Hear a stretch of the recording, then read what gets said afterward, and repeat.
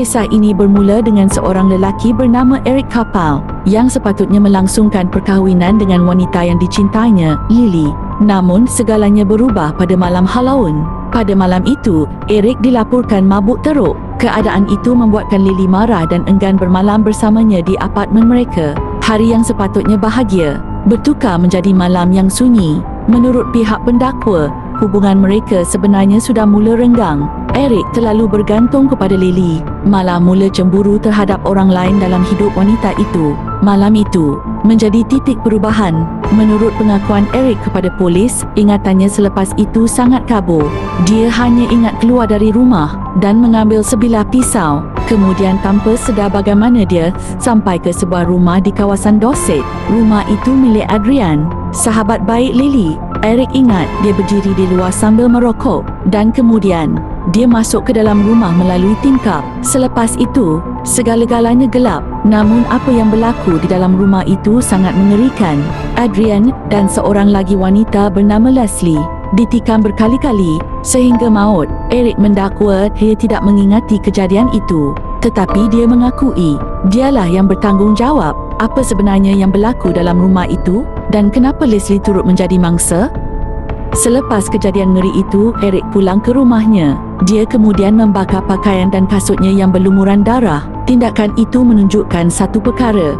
Dia sedar apa yang telah berlaku dan cuba menghapuskan bukti. Namun begitu, dia mendakwa tidak ingat ke mana perginya pisau yang digunakan. Dan sehingga hari ini, tiada sebab jelas kenapa Leslie turut menjadi mangsa. Kes ini akhirnya dibawa ke mahkamah untuk mengelakkan perbicaraan panjang yang menyakitkan keluarga mangsa. Eric membuat perjanjian dengan pihak pendakwa.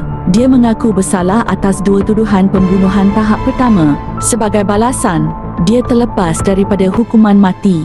Di mahkamah, ibu Adrian, Orlin, akhirnya berhadapan dengan lelaki yang telah meragut nyawa anaknya. Dengan penuh emosi, dia berkata, "Eric, kamu kenal Adrian? Kamu kenal saya. Itu bukan cinta. Kamu tidak boleh mencintai Lily." Dan dalam masa yang sama, datang ke rumah Adrian dengan pisau, lalu menikamnya berulang kali.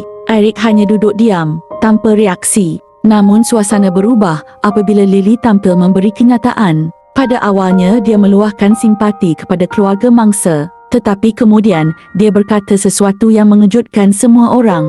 "Tiada apa yang kamu lakukan akan membuatkan saya kurang mencintai kamu." Kata-kata itu membuatkan Alan terkejut. Apabila tiba giliran Eric, dia berkata, "Saya seorang lelaki yang hancur, yang kini sedar akan kejahatan dalam diri sendiri. Saya tahu perbuatan saya telah membawa kesakitan yang amat besar."